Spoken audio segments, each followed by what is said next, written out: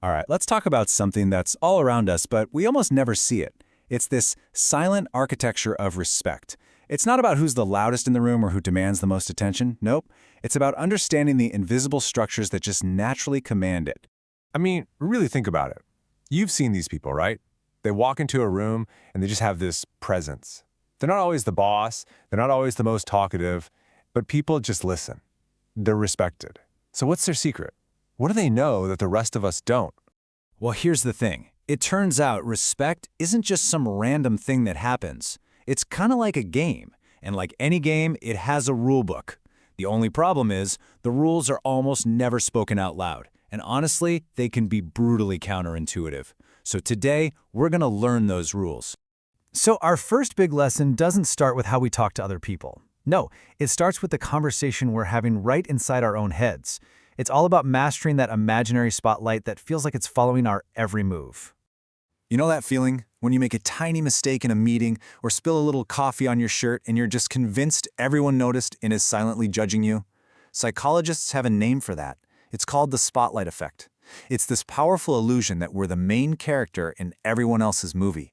And this leads us to our first brutal but incredibly freeing truth. The reality is, nobody is watching you that closely. Most people are completely wrapped up in their own spotlight, worrying about their own mistakes. That immense pressure you feel, yeah, it's mostly coming from you. Okay, so once we start to dim that spotlight in our own minds, the next battleground is our words. And this is a trap so many of us fall into without ever realizing we're doing it. It's the trap of over-explaining. This is where the wires get crossed. Your intention is good, right? You want to be clear, you want to be honest, so you justify every little decision with a long backstory. But the way it's often perceived is the exact opposite. It can make you sound insecure, defensive, like you're not looking for their understanding, but for their validation. So here's the key takeaway. Over-explaining doesn't make your position stronger, it actually makes it weaker. You're essentially handing people a list of reasons to poke holes in your logic, to question you, and to judge you. Sometimes, the most powerful and respected answer you can give is a simple no, or because that's what I decided, full stop. And this brings us to our final and maybe the most powerful principle of all. This is about shifting from talking to doing, especially when it comes to your boundaries. This is where that deep, real, unshakable respect is built.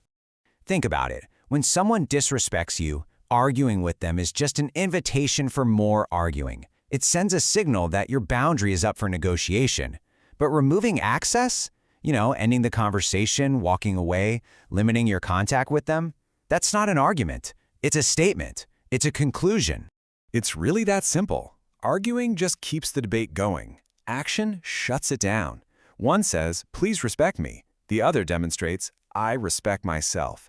And trust me, that distinction makes all the difference in the world. So, we've unpacked all these unspoken rules. What does it all really boil down to? When you get right to it, it comes down to a couple of really hard choices that you have to make every single day. Let's just recap the core truths here. First, that pressure you feel is almost all in your head. Let it go.